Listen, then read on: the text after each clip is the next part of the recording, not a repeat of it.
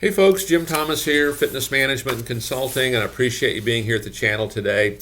And for those of you that are not yet done so, please consider hitting that subscribe button. I appreciate it. And if you find the content beneficial that I provide, please hit that like button as well. And to learn more about my company, you can check the links below, or you can go directly to our website at fmconsulting.net.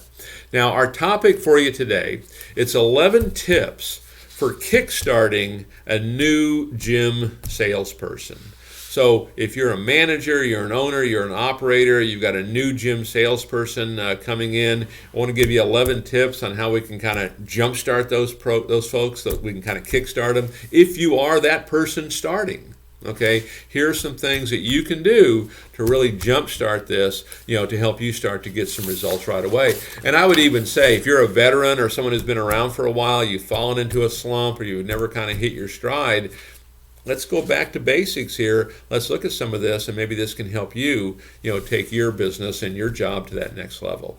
So, number one, leverage your mentor. Who's your mentor here? Okay, and if you don't have one, think about this. This channel, I could be your mentor.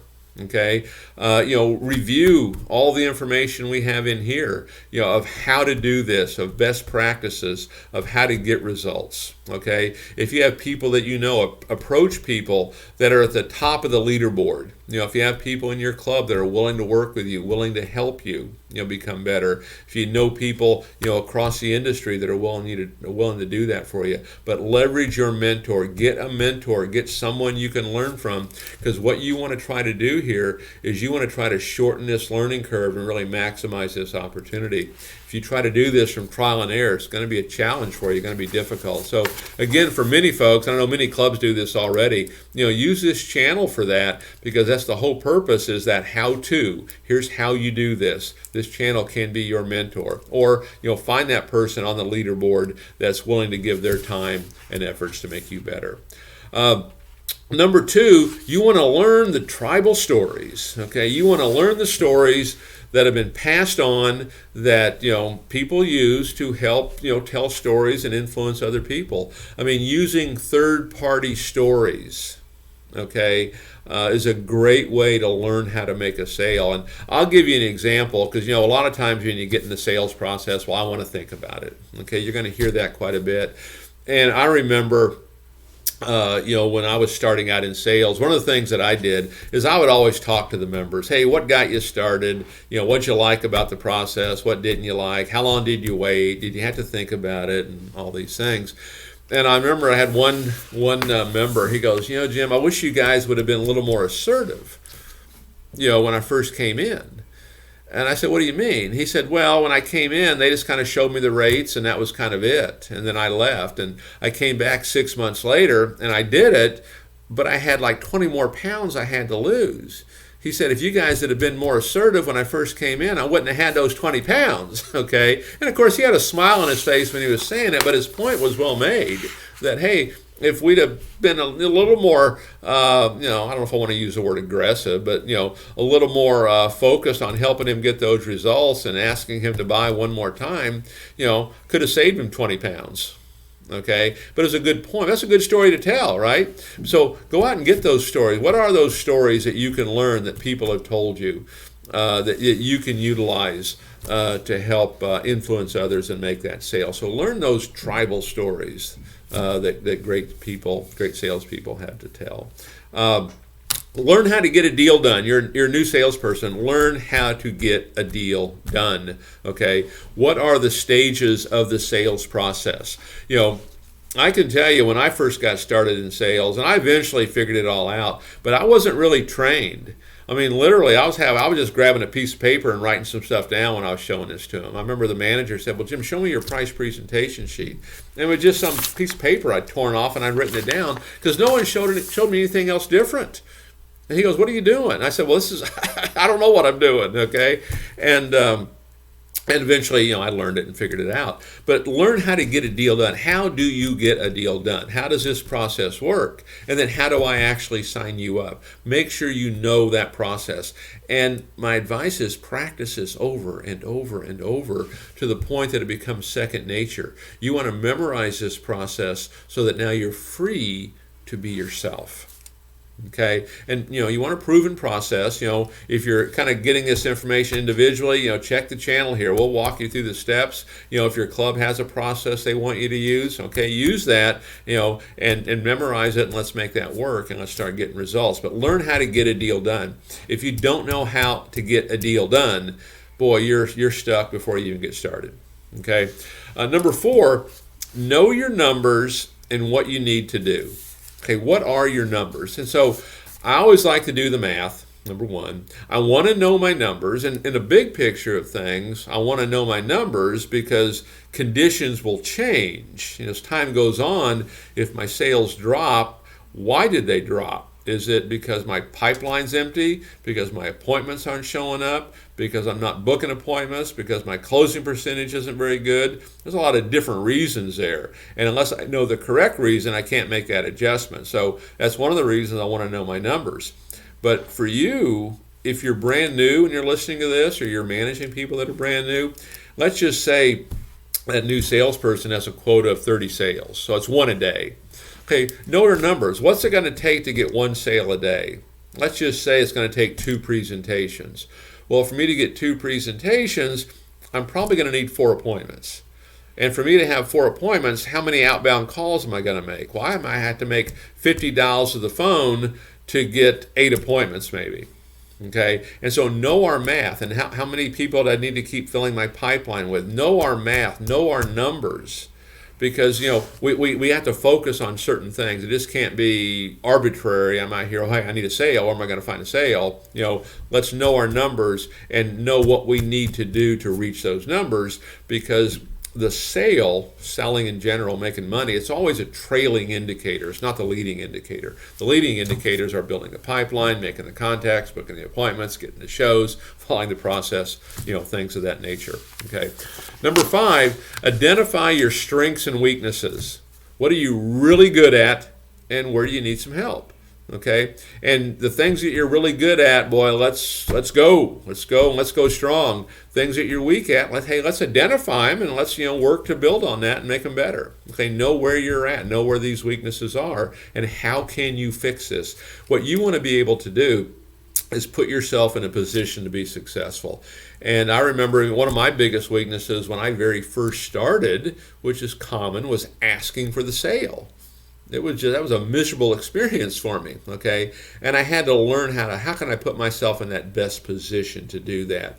And what I kind of learned was that, hey, the better job I do on that tour, the better job that I do of getting commitments, the closing and the asking for the sale, it really kind of becomes a natural conclusion to this, okay? Which makes it a lot easier, okay? So identify your strengths and weaknesses. Number 6, make sure you know what is expected of you. If you're the boss, make sure they know what's expected of them. Okay? If you're a salesperson, what's expected of me? What do they expect of me? Okay? Again, I'll use myself as an example. This was back when I was selling, and I was just starting to become good at it. And I'd struggled. But I remember the very first day that I'd gotten 3 sales in a day. I'll never forget thinking, whew, 3 sales, I can kind of take a breath here, take it easy. The pressure's off, at least for a few days, okay? Because I did 3, and 3 was pretty good, okay? But I'll never forget leaving that night, and as I'm leaving, the manager walks out from behind the desk. He extends his hand and says, hey, Jim, I noticed you made 3 sales today. Congratulations. Okay, great. And then he holds up his hand kind of like a stop sign, and he goes, now, Jim, that's the kind of production I need from you every day. And, I was ready to kind of let up, right? I was like thinking, oh, man, I made 3 sales, take it easy for a couple days. No, Jim, that's the kind of production I need from you every day. And it was one of the defining moments as I kind of look back because, oh, I didn't know that, okay? Well, guess what? I actually started to do that. And in kind of short order, and I couldn't necessarily tell you how or why. It was kind of attitude and work ethic and being coachable is kind of the big things. I'm making 100 sales a month all of a sudden. And in part, that's the kind of production I need from you every day. It wasn't a heavy-handed thing. It was just kind of a matter of fact. Hey, Jim, here's what's expected. And I did it. Okay? Number 7, create a plan. Create a plan of action that's based on reality. Okay, now there's a balance in here. Okay, when people say, "Oh, I just want to be realistic," well, sometimes I just want to be realistic. When they say that, it means they want to lower expectations. We want to keep it real, but we also want to have some higher expectations here. But we want to write a plan of action. So if you're a brand new salesperson, what's your plan of action? How are you going to do this? Okay, what's your current situation? What is your goal, tangible, intangible? What's your plan for each? And then what's in case something didn't go right, our roadblocks and setbacks, what's plan B? But what's our plan? How are we going to generate these leads? Maybe with club's permission, manager's permission, you're going to set up a referral table inside your gym. And you're going to get referrals. I've seen new salespeople walk away with 300 referrals when they do that. That'd be a nice plan. Now all of a sudden, how do I make an outbound call? Okay. And again, we have videos on this channel of how to make an outbound call. So if you've got plenty of leads, need to know how to make an outbound call. Just search that.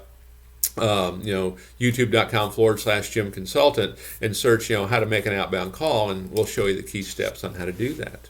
Okay. Number 8, break down your sales activities, for maximum effectiveness and maximum efficiency. Break down your sales activities. Okay. One of the things that you want to think about, and we see this over and over and over, but most salespeople, they only spend about 20% of their time doing something that's going to result in a sale. Think about that for a second. They only spend about 20% of their time doing something that's going to result in a sale. What if you took it to 40%? Well, you double your business, right? What if you took it to 80? Well, you double it again. So these numbers can get pretty incredible. So one of the first things you want to do when you're thinking about this is answer this question: yes, is what I'm doing right now going to result in a sale? What are you doing to generate leads? What are you doing to build your pipeline? How are you generating leads? What kind of contacts are you making? By contact, I'm talking about picking up the phone and actually talking to somebody, making contacts, booking appointments, confirming appointments, following up with folks, okay? Getting referrals from our customers, how to take a telephone inquiry, okay? There's a lot of activities there. Break down those sales activities. When you're going to do them, how are you going to do them? Okay, and really, I think on this channel as well, we've got a daily productivity report. You can search that as well, daily productivity report, that talks about kind of how to do that a little more specific. Number 9, this is something you're going to have to recognize and realize is the absolute truth. Activity is not productivity. Just being busy doesn't mean you're productive. Okay, being busy, it's easy to get busy and get nothing done. Okay, is what I'm doing right now going to result in a sale? That's where you want to stay focused. Is what I'm doing right now going to result in a sale? It's not about being busy, it's about being productive. Okay, getting referrals. Okay, if I'm talking to somebody, it might be great hospitality, it might be customer service, not necessarily going to get me a sale, but if I say, oh, by the way, Mary, do you have current guest passes? Well, that's leading me in that direction that I want to go in. Okay. Lean on your resources. Number 10 here. Lean on your resources to do the selling. What resources do you have? Okay. You've got a lot of them. That third-party touch. Okay. Number 1, introduce your member or your prospect to other members that might be happy to tell their story. Find out, who are these bell cows in your gym? Who are these informal leaders in your gym that love to be involved in this? They love to tell their story. They love to shake their hands, say, oh, you're going to love it here. Hey, look forward to seeing you. Other staff members, other management, third-party touch, get them involved, introduce them as well. Lean on those resources. Okay, lean on your own story. Do you have a story to tell about how fitness made an impact for you? Write that story out. They can watch that story on video, they can read about that story, but lean on all of your other resources. You may have testimonial books, you may have videos and blogs and all this other information that will really help you do the selling. Okay, I can remember a gym owner that called me up one time. And he goes, yeah, Jim, I want to bring you on board. I read an article that you had posted recently, and boy, that just spoke to me. Okay, so lean on other resources to help you do this. Don't just make it that one moment in time. Okay, And then number 11, okay, pay it forward. Okay, all these things that are being done for you by your organization, by your team to help make you better, pay this forward. That next new hire that comes in, you become that mentor. You become the one that helps them out. Okay, so pay it forward, say thank you, make sure you help that next person. Always be willing to help. So take a look at this. So if you're a new hire, okay, or you brought someone on that's new, here's some tips to help you really jumpstart and kickstart this program. Okay, if you've been around for a bit and you're struggling, review this. Let's go back to basics. Let's just kind of erase the past a little bit and let's kind of start over. And what I would say with all this, hey, have a winning attitude. Don't be talking about all the negatives and why you think it won't work. You got to go positive. Have a positive work ethic. And generally how I'm going to define work ethic is answer yes to this question: is what I'm doing right now going to result in a sale? And number 3, choose to be coachable. Choose to step out of your comfort zone and do this. All right, folks, my name is Jim Thomas. My company is Fitness Management and Consulting. I appreciate you being here today. You can learn more about my company with the links below and other opportunities and other offers that we have for you, or you can go directly to our website at fmconsulting.net. Folks, I look forward to seeing y'all at the next video.